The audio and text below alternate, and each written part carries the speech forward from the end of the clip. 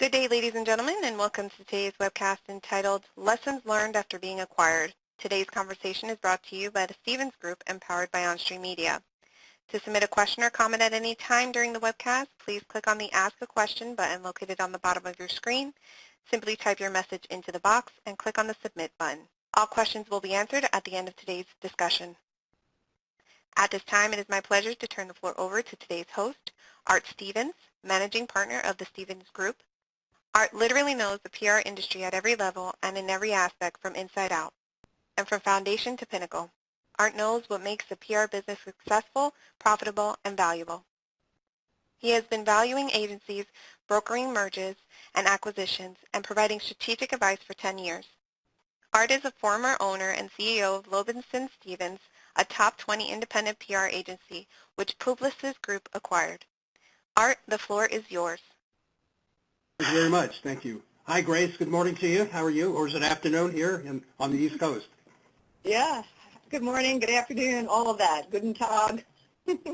I'm so pleased to be with Grace today because she and I have known each other for a number of years, initially through PRSA New York, where we both served as board members, and we served on the PRSA National Strategic Planning Committee and had the pleasure of being on that committee along with such legends as Betsy Plank and Patrick Jackson, if you recall, Grace.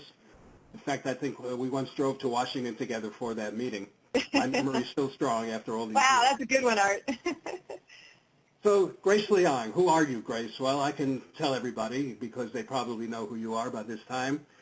Grace is CEO of Hunter PR Partners, which is a fairly large marketing communications firm with primary offices in New York, excuse me, and London, and talent located throughout the U.S. and Canada. I hope you all forgive me. I have a slight cold, which fortunately you can't get through the internet, so you're all safe. Grace was a founding employee of Hunter PR, and for the past 29 years, she has led teams of entrepreneurial professionals in the creation of best-of-class marketing communications programs in such areas as food, wine, spirits, health, beauty, toys, games, retail, and consumer products industries. Grace's firm was acquired. She's now a proud member of the MDC network, and Hunter PR Partners continues to offer the same valuable services plus experiential, entertainment, social digital media, and multicultural marketing to a lot of Fortune 500 companies.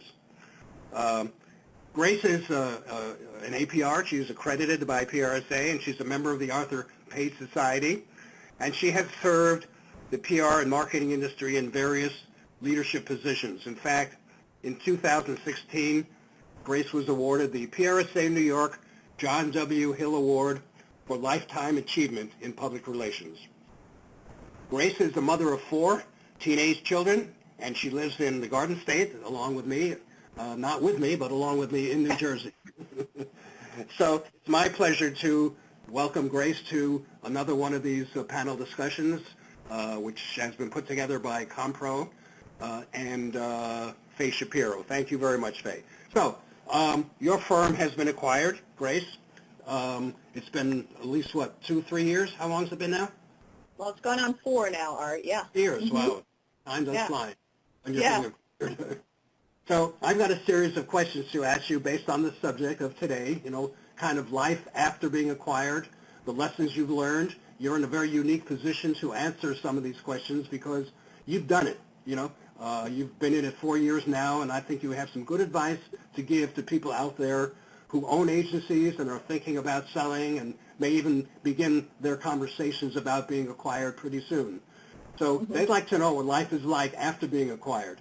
Okay. And so my first question to you, Grace, of the morning, of the afternoon, is how did your life change once your firm was acquired?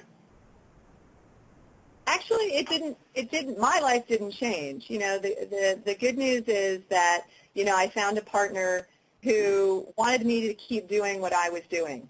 And, in my career, I consider myself midway through my career.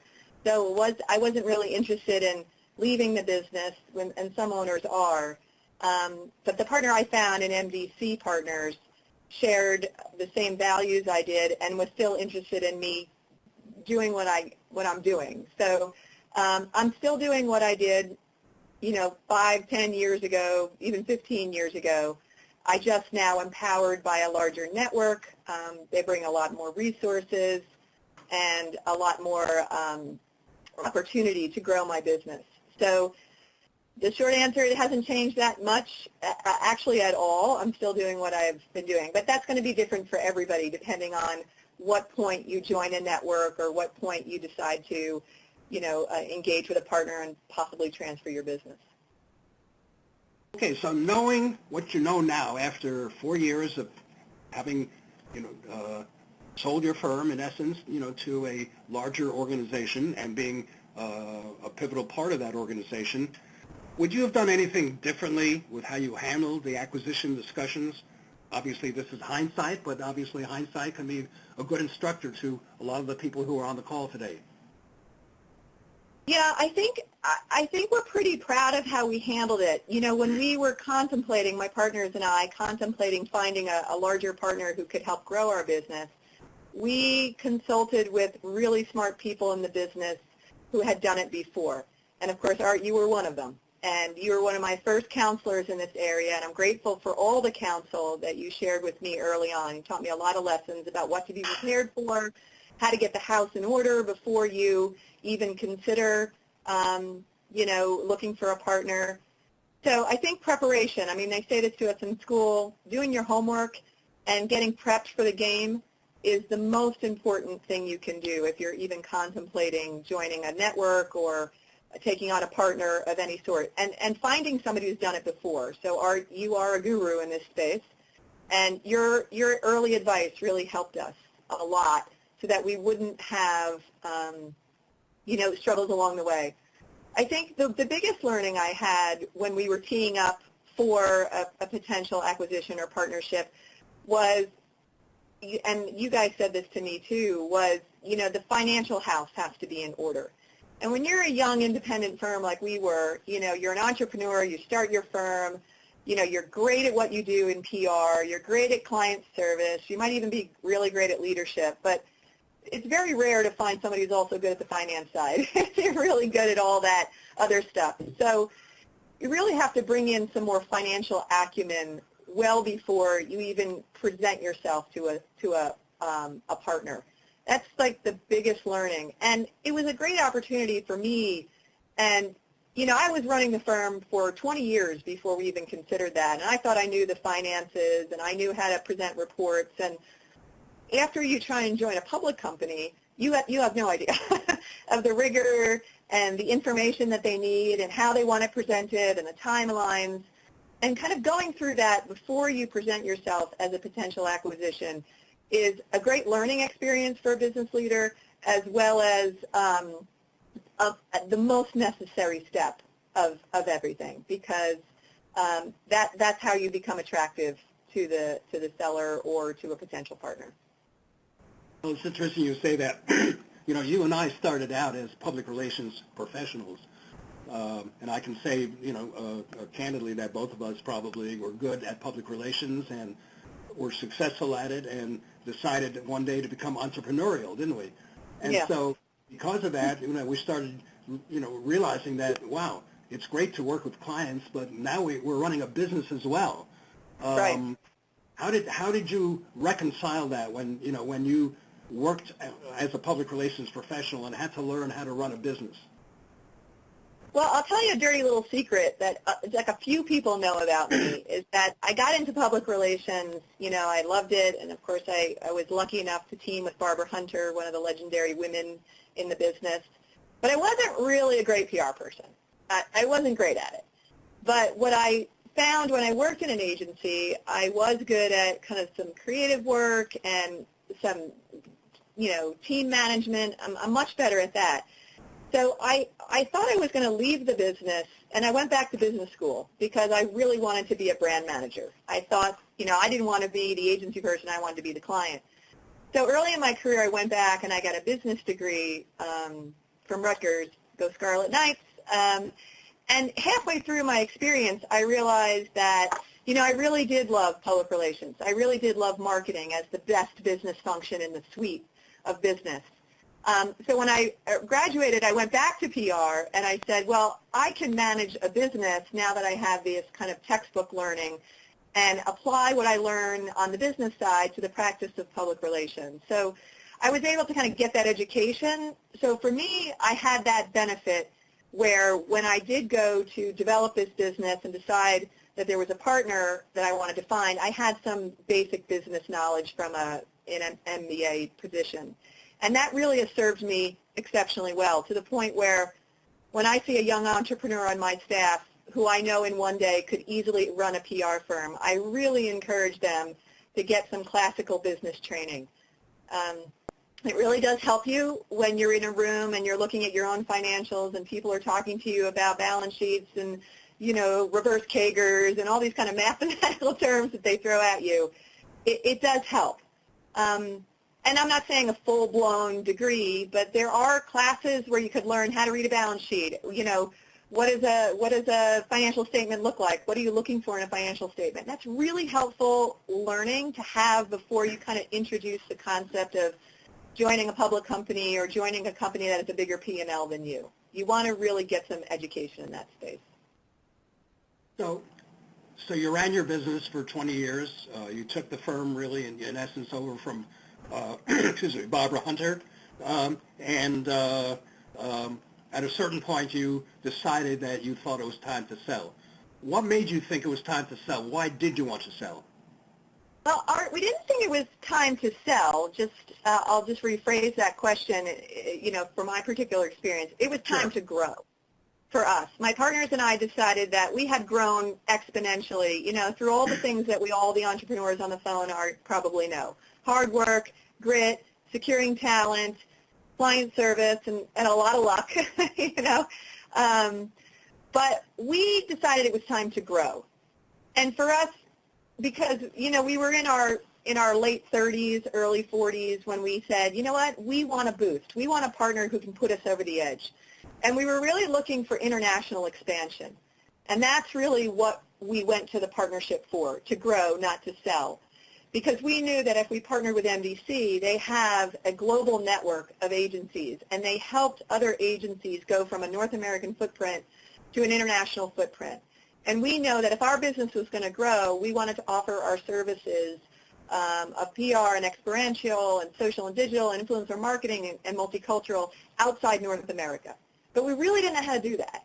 You know, it's kind of scary. Oh, yeah, just move to London and set up a shingle. You know, there's international laws, there's taxes, and we wanted their help to grow. So for us, it was shopping for a partner that would invest in us and help us grow. And we found that with MDC because they're a growth-based company, and they helped us. And now we have a thriving practice in London. They helped us with all the transition, the legal, the taxes, and now our practice is killing it. You know, so we're grateful for the growth that they shared with us. That's an interesting point, Grace, because more and more of the clients that I work with want to sell their agencies not to leave the business, you know, not to exit in a couple of years, but really to stay on and grow. That seems to be the more prevailing motivation these days than anything else. So I'm glad to hear you say that. I'm glad it worked for you. Thank you. So my next question is, what steps, you know, you did the deal, and so what steps did you take to motivate and excite your staff once you knew that the deal was going to go through? So that's what you always have to think about, right? Because I read all the stories about how when companies are acquired, how they make the right steps or the wrong steps in letting the key stakeholders know they're now part of a larger organization. And, you know, the second you announce that, you know, you're going to partner with somebody, or if they use the language sell to somebody, the staff within less than 2 nanoseconds, what about me? What about me? What about me? What does this mean for me? So you have to be very careful. You know, obviously when you're in negotiations with a partner, you can't tell anybody information. And obviously they find out, and there's a lot of whispering, and they get nervous. Are we going to be sold? Are we not doing well? You know, the typical communication challenge that we all face as counselors happens. So what we were able to do is obviously we kept it as quiet as we could. We were very careful. have meetings outside the office, but they could sense, any of your really loyal people sense that something was going on. So the second we were able to talk, it was an immediate communications plan to the stakeholders. And we're fortunate because at Hunter we have an annual offsite where I take the whole staff and we go on a retreat, and we do team building and creativity exercises and skills building. And it just so happened that our deal was closing the day before we were going, or the day that we were going to our offsite. So we really used our offsite as a way to announce the news and just have an open forum about what does this mean to me. And that was the key communication. It wasn't about, look at us, we're now part of MDC, and let me tell you about MDC. We got to all of that later, but it was more like, what does this mean to you right at the head? There was no, look at us, we're so happy, this is great, because that's not what they're interested in. They're in at first. You have to assure them we're going to be the same company, you guys are going to have opportunity galore, development opportunities, your jobs are safe, the leadership is staying in place. Now, we had all those key messages ready, but literally the second you announce, that's where you have to go. What does it mean to me? And stop talking about you and talk about them. A really good point, really good point. What advice would you give to sellers thinking about selling their firms now? So again, what I said earlier was like, there's a ramp-up period. You cannot go out and say, I'm going to sell my firm, and it's like, let me go shopping, or let me find some partners. First of all, you have to have a really good advisor, or you're one of the best. Everybody knows that. They come to you for advice. What do I do? What materials do I need? What does my firm look like? How would it be valued? Who are the buyers? You guys know who the buyers are. And you've been in all those meetings where the buyers say, I'm looking for a firm that does this, that, the other thing. So you have to do all that homework. You can't just decide one day. And then most importantly, put together your perspectives. We went in with a simple folder that had an outline of our firm, our key benefits, our strong financials. So it's to use an old-fashioned word, it's like a press kit on your firm. And why should anybody acquire you? Well, it's all here. You tell the story through the financials as well as the magic of what you're selling. You have to really do that. And and just know you're going to kiss a lot of frogs. You have to wait until you find the one that matches your current values, where you want to go with the firm, whether it's completely exit or stay on. And, there's a lot of dating that goes on, a lot of dating. And you learn as much about yourself on those dates as you do about your potential partner. And sometimes it's not a fit, and that's okay, but you learn from that and you move on to the next date until you find the one. Well, at what point did you believe that your situation was a good fit for you? Well, I tell you, we went on a lot of dates, and the magic word for us with MDC was entrepreneurial, right? So, as I mentioned, we were looking for a partner that was going to help us grow, and they're a culture of entrepreneurs to begin with. They bring together all independent entrepreneurial firms, not huge ones. I mean, they do have, but ones that are still in their infancy, 10 years old, 5 years old, and they grow them and they help grow. So, and they talked about their entrepreneurial spirit, and it really just matched the values and the culture that Barbara started years ago, and then we took up. So it was that fit. As opposed to when we talked to some other folks, the second question was, they asked us, what do you want from us? And we would say growth and development. And then they said, okay, that's great. So which firm within our network do you want to be blended into? As the second question, I was like, well, I just said I want growth. So I want to do that on my own. And that's why you're interested in me, because I've proven that we can grow. And they were more interested in just making me part of another group, which was fine, but that wasn't what I was looking for. I wasn't.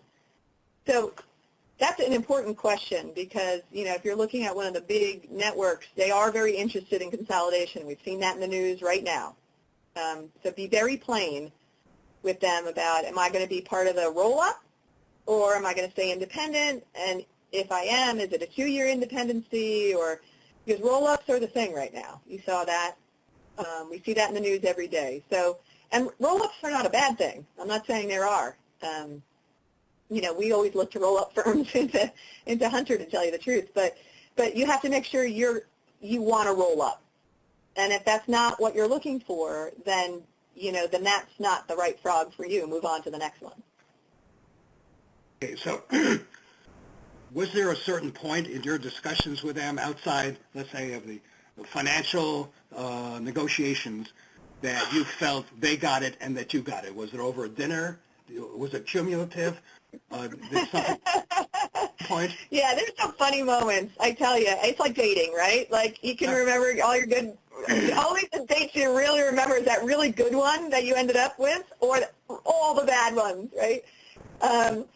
So I think I was most interested in meeting the leader that would lead me, and because what you do is you surrender your leadership position. Make no mistake, if you become a partner with somebody, yeah, you might still be the leader of the firm, but you answer to another leader now. And that's a new thing for most of us, right, Art? Right? Yep. So I wanted to make sure that the leader was going to be somebody I could rally around, that I respected for the entrepreneurship, that had been in my shoes, that understands the challenges of growing a small business. And at the time, I thought the leadership team I was meeting really understood the ups and downs of not only a small business, but certainly the communications business. So we felt really strong about that. So yeah, so leadership and then culture. And, culture is such an important thing at Hunter. That's what we're known for. We're a huge family here, and our culture is based on a promise of earning it. We earn consumer attention every day. We earn client loyalty every day. And we earn staff dedication. And that's our fundamental culture, earning it. And, of course, that's a public relations, message as well, because media can't be bought. Eyeballs can't be bought, but we can earn it. And so I wanted to find, my partners and I wanted to find a company who also believed in earning it, which means working hard, sticking it out. There's no easy wins. Sometimes there are, but earning it takes time, takes effort, takes investment, and MDC knows that. So leadership and culture, to me, were the most important things when we decided that they would be our partner. So asking the question conversely, Grace, what do you think are some of the mistakes that some of the buyers that you talked to, some of the dates that you rejected, maybe because they had spinach in their teeth or whatever, or talked about things that you were not interested in. But what are some of the mistakes you felt that some of the prospective buyers made, from your point of view? Yeah, I think, as I mentioned, the first one, I'll always remember this meeting where, again, he asked me very directly, what do you want from our network? And I said growth. And then he said, okay, so which agency do you want to be a part of? Like right away, he wasn't listening. They weren't listening, which means they weren't really interested in growing my business. They were just wanting to, kind of benefit from it. So that was one. The other thing was, when you work with some of the larger groups, they parade in a lot of money people first, and then finally you meet who is eventually going to be your boss, and they come in for like 5 minutes, and they're like, okay, let me see the financials. Okay, you look good. What do you want to do? And it just felt inauthentic. It felt like a transaction. And Art, when you start a company, and I'm sure all the folks on the phone, it's your baby. Like, it's your thing. It's your passion. It's your brand mark. And for someone to be very casual about it and being like, okay, your financials looks good, so let's do this deal, it's kind of like, that's bad PR. At least pretend that you're invested or you're excited about the opportunity to partner. So those are two things I quite remember from the dating process. And obviously our eventual partner didn't play that. They were very kind. They came to us. In the beginning, we had contact. It's like we would do with our clients. You don't just, you just don't send in the B team or the C team if you're trying to, curry influence. So it's the same practice, What steps did you take after the deal was done that you felt you needed to take and did take to make the acquisition work?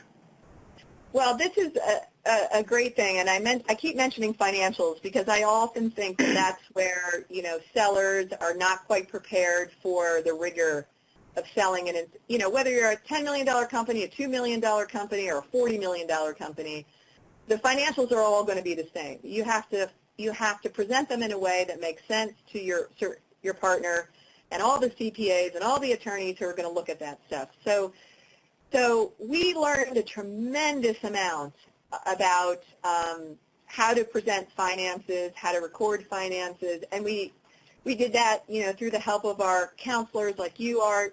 But then when we were after the sale, our partners stuck with us and really, really, really improved our financial systems dramatically.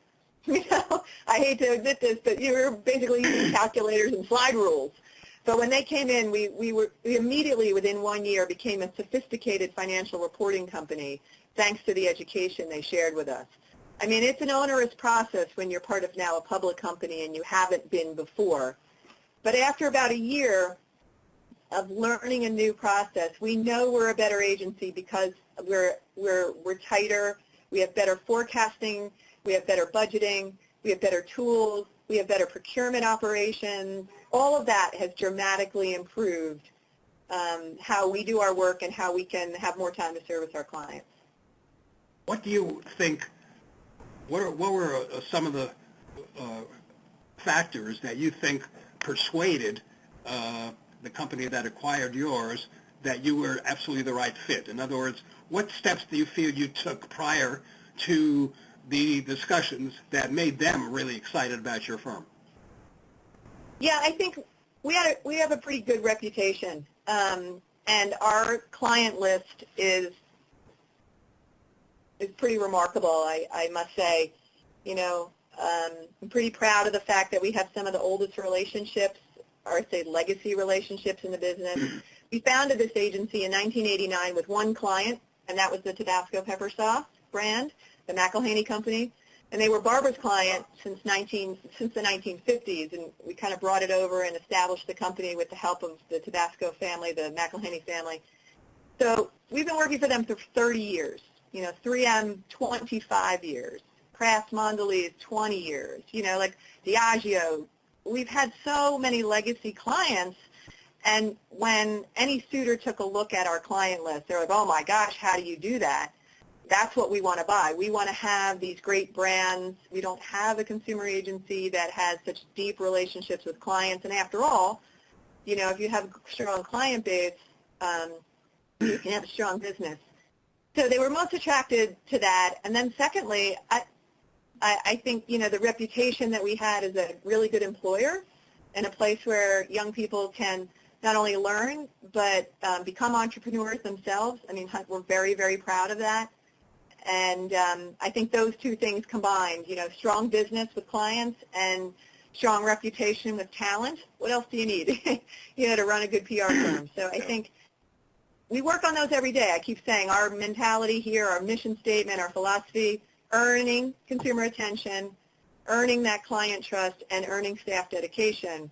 It hasn't changed since day one. And I think that's what made us somewhat attractive to a bunch of, plus you have to make some money. It can't all be like a summer camp, but and I think if you focus on earning it in those three areas, you can easily make money.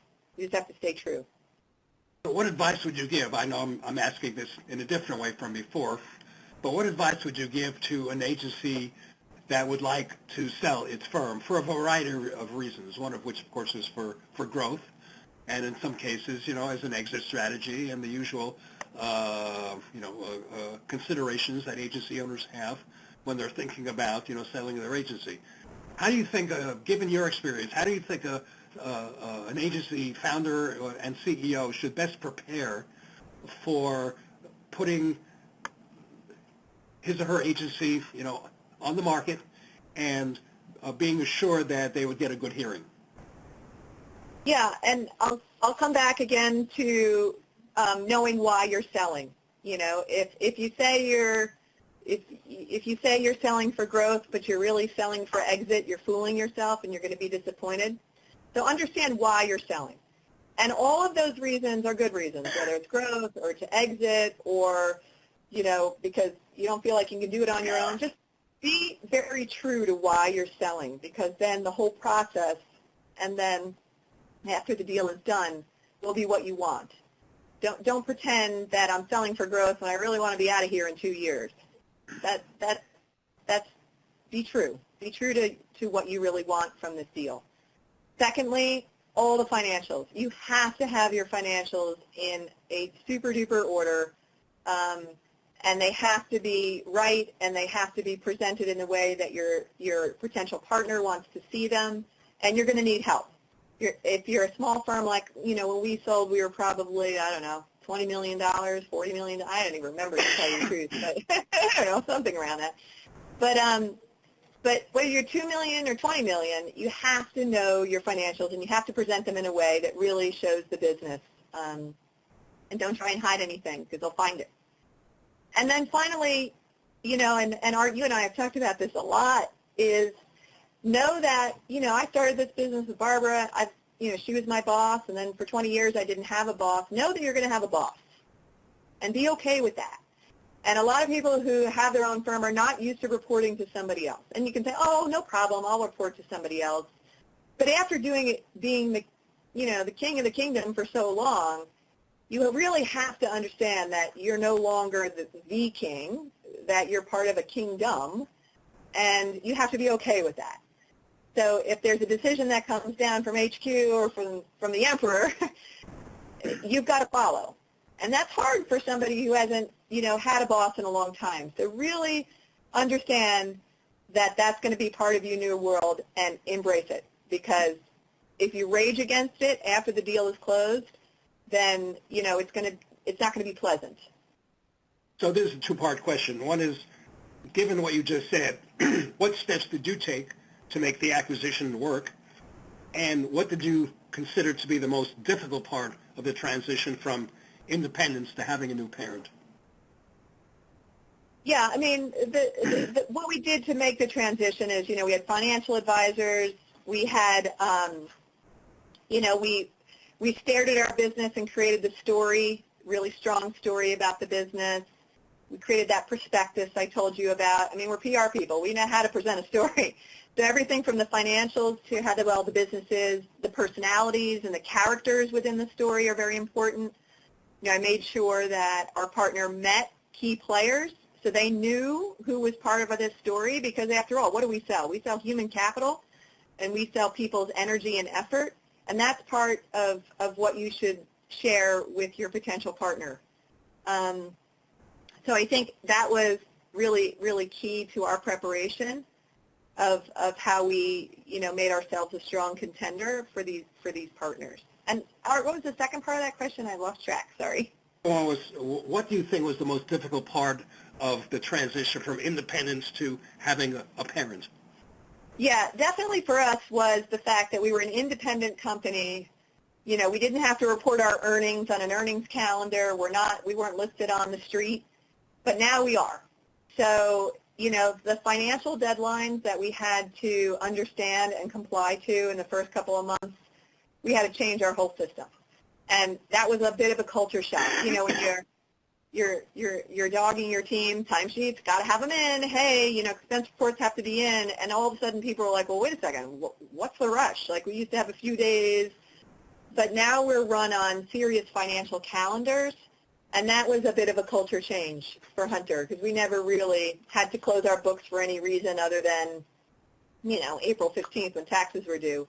But when you sell to a public company, you have to be aware that your finances are on super, super deadline, and all those things we take for granted about deadlines for timesheets and invoices with clients. The other thing you can't do is you can't position yourself for a partnership or a sale if your receivables are like crazy. That's one thing that they said, PR agencies are notorious for letting clients pay late and go past 30 or 45 days. Public companies won't stand for that. So you have to clean up your receivables, and you've got to make sure you're on a 30 or a 45-day turn. Otherwise, you're less attractive to potential partners. They don't want to see long lists of receivables that are bigger than your your monthly intake. How has the parent company helped you grow? Yeah, as I said, financial support, dramatic improvements for us. A lot of education for my senior people. They like it, because it's development opportunities for them. The growth with our London office immediately, like within close, we had an office in 2 weeks. We set up shop in London. We, co-opted some space that they already had in the network. They gave us, a discount on that rent until we got up and running, and we were able to drive that business almost immediately. I think the other thing is continued professional development and access to, bulk discounts on, partnership vendor relations and better pricing because we buy as a network, and also access to our sister agencies, clients, and talent that, we're involved in group pitches all the time with some of our sister agencies across the creative side, the media buying side, promotional, in-store. So there's been a lot of great synergies with other agencies for procure business and share talent. How do you think somebody who sells his or her firm can make the acquisition work? What steps do you think, the CEO who's been used to being independent and not reporting to anybody, how can they make it work? Well, the first thing you want to make sure that the team who's working with you understands is why you chose the partner. And, we're transparent with growth. We assured them right away that we're not going anywhere. Maybe they wanted us to, but we're not going anywhere, and we're using our partners' resources to help us grow. So if you assure them of the mission of the partnership, and not just once, but almost every day, like, why are we partnering? Why did we do this? That takes the sting out of, nobody wants anything to change. They say that. But change is good, and change is inevitable and good for everyone. So you have to remind them about why the partnership is good for everybody, not just the partners who seemingly have made a good deal for themselves.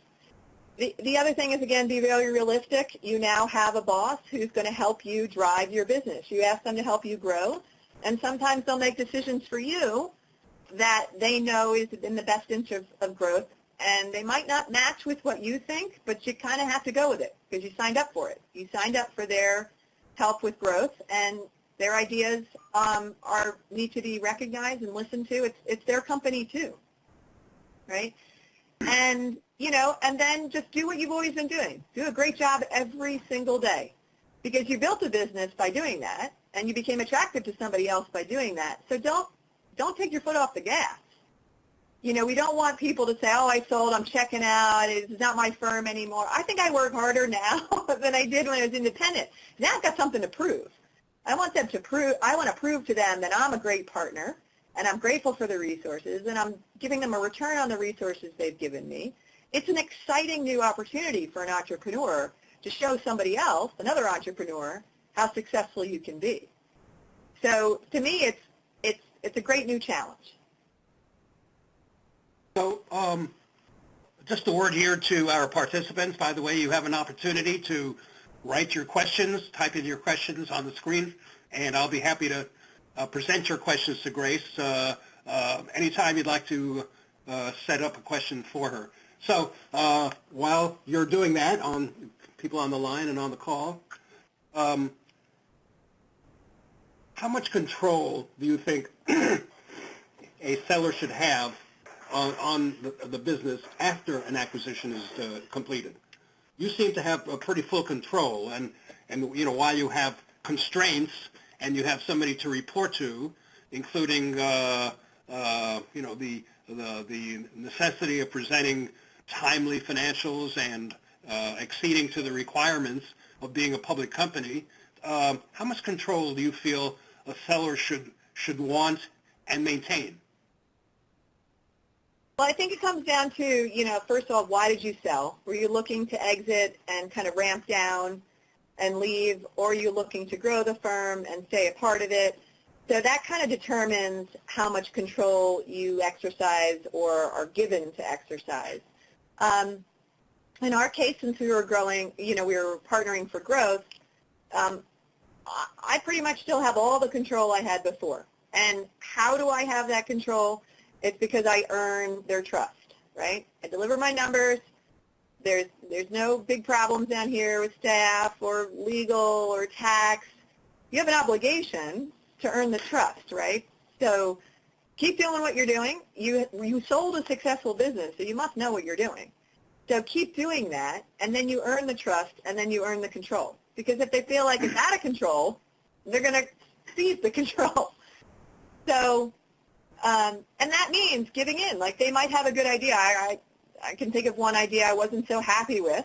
I was like, well, I've never done it that way before. I'm not really sure that will work for us, and it did. So there has to be that trust. So they cede control, and you earn the control. And it's not about control, at least here. To us, it's partnership. You do your job, I do my job, it's all good. And certainly no one's going to be perfect on either side, but that should be the goal, is that nobody's in control, everybody's in a partnership. Well, it sounds like you have, an ideal arrangement, with the parent company and the partnership. Have you come across situations, that you can discuss openly in terms of when you might have had disagreements and differences of opinion as to, how to run the business or how to proceed with projects? Not really with the work. I think the good news with MDC is the reason, they are about entrepreneurial folks, and they're not a communications holding company. The folks that we report to are not communications professionals. They don't really know our business. They know what a profitable business looks like, so they don't kind of give us advice on the practice. That's not their expertise. Their expertise is helping businesses grow. So again, another reason why they became our partner. They weren't interested in changing how we do the work. They were just helping us resource the work better. So I don't really run into those type of changes on a creative or a work product. I think, again, it comes down to finances. It's always finances, right? This is the boring part of the presentation. But sometimes they'll insist on certain financial controls or financial spends, which cost me a lot of money. And if I were independent, I wouldn't have to spend that money. But now I do, because the financial reporting relies on a certain sophistication that we didn't have, and you actually have to pay for. So I'm like, oh my gosh, I have to take that much money out of my budget and pay for that financial? And they're like, yeah. And I'm like, really? It seems like a big tax. But at the end of the day, it does do the job, and I've learned that. But at first, it seemed like a really big commitment on my business that I wasn't prepared to invest in, but was necessary, and now I see why. So, you indicated, that during, say, the romance part of the discussions with the parent-to-be, that there were certain like date-related requirements that seem to be important. In other words, certainly getting to know the person that you would report to, for example, and not just have that person, walk in for 5 minutes, say hello, and walk away. What did you want to learn about the person that you would report to? Because obviously everybody selling his or her firm is going to report to somebody, and that is a major change in one's life. So what do you feel that you needed to learn, and at what point did you determine that this was really a good fit and that you could really work with this person? Yeah, again, I was looking for someone who actually had a great history. I value experience, and I was looking for somebody who built a business from the ground up. Because once you know somebody in that, it's a special club of people, right? We know and understand each other. We know what drives us, and I was looking for someone who had that same kind of gritty, I'm going to earn everything I have, I'm going to put in the work, and that, I base all my decisions, do I share a value with that person? And that's what we were looking for. And then, is that person smarter than me, right? Because, you get to be an agency owner, you still want to learn, and you want to learn from people who are smarter than you, have different experience than you, walked a different path than you. So I look for smarts. I value that a lot. And I also look for reputation. It's pretty easy to find out, the reputation of your potential person or boss as a boss. Call around. People will tell you. Read the trade journals, know the decisions they've made. There's no better kind of understanding of who might be your boss than in hearing testimonials from other people who either worked for them or worked alongside of them. That's an important component of your research. So given that, and the preparation you made with your own employees, for example, and your senior people and your own partners, was there any kind of a fallout? Did you go through any kind of period, where, there was uncertainty on the part of some of your people, despite your best efforts? Actually, no. Again, pretty lucky. My partners and I, we grew up in this business together. We were all, kind of senior account executives in the pit, as we call it. And even though we probably wouldn't be friends outside of work, as business partners, we always clicked. We're just completely different people. But again, back to the values. We share the same value for hard work, dedication, client service, client service, client service. So to us, there was always an alignment of the type of partner we were looking for, our desire to stay in the business and help grow the business, and develop the next generation of talent. I do remember, though, years ago, a firm called me. They're somewhere in the South, and they had just seen the news that we had partnered with MDC, and they wanted some advice. And I remember the guy telling me on the phone that he wanted to sell, but his partner didn't. And they were at odds about why they would, like, a guy wanted to keep a part of the business, but then this guy wanted to sell his part. And they were asking my advice on how they would bring that story to a potential suitor. And I said, you got to hang up the phone right now. If you guys aren't aligned, that's going to show up in front of that suitor right away, and they're going to say, what is this hot mess? Like, you've got to bring us the business in its totality, which includes the commitment of the two founders. You can't be at odds. Like, that's going to come out right away. And I advise him, go get your house in order, either buy your partner out and then go and then approach a third party. But you have to have the same goal. You can't go there like that. That's a bad entry point. So have your key people been able to grow in this situation? I think they have. Again, what we try and do is harness from our larger network resources and opportunities where they can go beyond the walls of Hunter and, step into maybe a corporate life or a corporate opportunity that's offered by MDC. We've done some higher level training. A couple of our next gen folks have been to, like a week-long mini MBA camp, to train them to be the next generation of leaders. We have our CFO goes to conferences that all the other CFOs who manage communications agencies go to, and they share, gripes and grips and best practices. And we do the same. We're reciprocal with that. We ask our MDC partners to come down and learn from us as well. Every time we have an event or every time we have a major speaking opportunity here that we're setting up with Hunter, we want MDC to have visibility into our daily life here and how we run this business.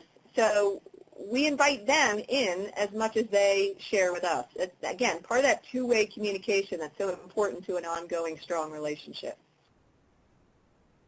So the subject of today's webinar, as we all know, is lessons learned after being acquired. We have talked to people during these sessions sponsored by Compro and the Stevens Group about how to prepare for being acquired, how to have conversations, what to know about the financial structure, what to know about life after being acquired. But you're the first person who's been on whose firm has been acquired and has lived through the experience, and now it's 4 years. What notions do you feel you had prior to this experience that were off the wall, incorrect, didn't happen, and that kind of thing. What did you learn that in terms of what you thought the experience would be before you did it, as opposed to now that you've done it? That's a good question. I mean, we were clearly aware, that our growth had to be kick-started with some other method. We were doing well and we were, growing, but the growth wasn't strong enough for us. We're very ambitious. And, whereas the growth has been good since it hasn't been like huge yet. There was a big burst and then it kind of plateaued. So we're looking, to think about other ways to grow, and sharing and learning best practices from the other agencies in our network has been a great way to get ideas on how to grow even bigger. So that's one thing, is growth just doesn't happen because you partner with somebody and immediately there's a little flurry and then you still got to work at it. I think, again, switching from a privately owned company to a publicly owned company is a major culture shock, and bigger than I thought it would be. I'm like, oh yeah, well fine, we'll put some balance sheets, we'll get some spreadsheets. It's deadline focused, it's Wall Street focused. There's earning calls where my brand name gets mentioned on the earnings calls as either helping or not helping, and I'm like, oh no, some Wall Street analyst knows Hunter. And I'm like, oh gosh, the pressure. So, and when you see your name in the Wall Street Journal as contributing or not contributing to the bottom line, you're like, wow, there's pressure. So that's kind of a new thing for me. My husband works in finance, and he'll call me. He's like, were you on the earnings call? I heard your name. I'm like, oh, no. And then he makes me talk about work at home, which is our thing. We don't, because he's listening and he's watching. So it's really opened my eyes to how important it is to do such a great job every day, because one day a month there's going to be a call, and you don't want to be on the wrong side of that call, with Wall Street. So yeah, I think those are the two biggest things. I'm still doing what I'm doing. I love this business. I love the people I meet in this business, our clients, our staff. It's still super inspiring. And, having a partner that can help you fuel your fire at this stage in our career and our growth was a great thing for us. And you just have to do your homework and be ready, and don't pretend, that you're selling it for one reason or partnering for another. Be true to why you're doing this. That's good. That's a very good point. So what misapprehensions do you think that prospective sellers have about either the process or the afterlife of the acquisition? Well, I'll tell you, everyone's like looking for big money, right? There's no big money in this business. There never has been. So you have to be realistic about your value as well. You're going to see some numbers come at you, and you're like, well, I've been working for 20 years, and I've been doing this really hard, and I gave up a dance recital for my daughter, or I didn't go to my son's soccer game, whatever it is. This is not like a massive cash-out business. So just be aware of where you may be valued, and if the type of work you do, and versus consumer, tech, healthcare, all that type of reality has to be absorbed before you think that this is, my rainbow. That has to be, because I think, if you're selling for growth and you want to stay on with the firm, you have much more opportunity to increase your value if you're in the business. So don't look at the end result. Look at what you can do every year with growth. If you help grow and you bring all your talents and all your resources, growth can happen while you're with this partner. It doesn't just happen at the end or the beginning, and that's the real opportunity. Do you think there's more opportunity for sellers who are in it for growth in terms of going forward with the acquisition process than those who are looking to exit in a relatively short time? Well, again, read the headlines right now. I don't know if the large companies, if we're talking about them, are looking to buy small companies right now. You could speak better to this, Art, but right now there's a consolidation going on. we're trying to manage the big brands and figure out what's their future. Is it rolling smaller firms up into them? I don't know if that's on their radar. Right now, it may be more writing the firms that they have and making them more valuable to their clients and more profitable. So I don't know where this recent, development in the news is going to take the business of acquisition and partnerships. Or you could speak better to that, but just always remember why your partner would want you. Are they looking to grow? Are they looking to make, if you have a specific practice that they don't have and they want to get better at, that's your opportunity, right? So we were a great consumer firm with a lot of big brands and a lot of names, very attractive. Everybody wants, 3M and Diageo and all these big brands on the roster. It makes them look good. So we use that to our advantage. But we're a consumer firm. So we don't have the big budgets and the ongoing AORs, relationships that some other firms might have.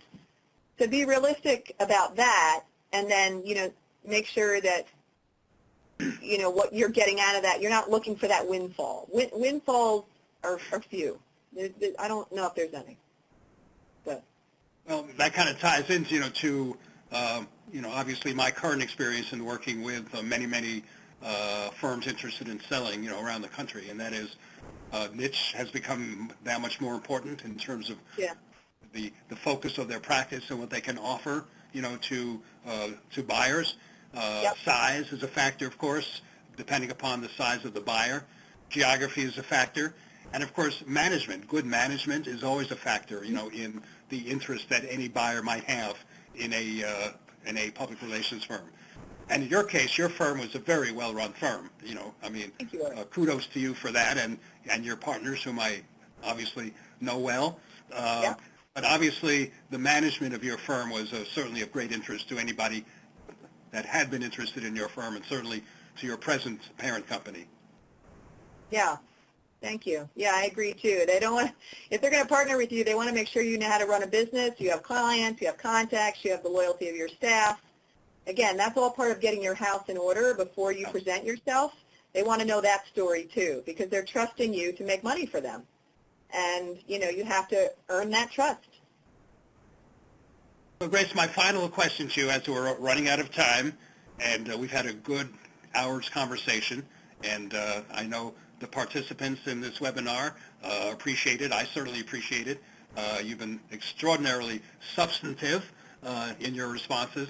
So my final question to you, given the fact that you're into this 4 years, how has life changed for you? I know you still work hard, you still do your thing, but are there subtle ways that life has changed now that you have a partner that kind of looks after certain things that you didn't have to do before?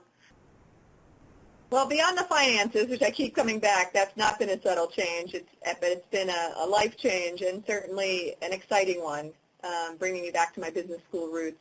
But I think the fact that I now have want to achieve for myself, which is always important, but achieve for a larger entity. People who know me, I'm kind of competitive. I like to be at the head of the class. I'm that girl, I want to be the valedictorian.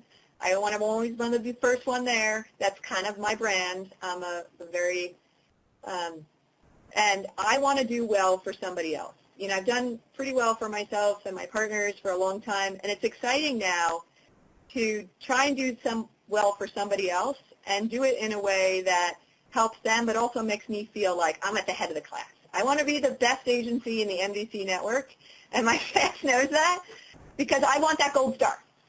And that's just my personal motivation, but I think if that's who you are, you'll do really well with a partner like I think we do, because I work every day to prove that their partnership was worth every dime.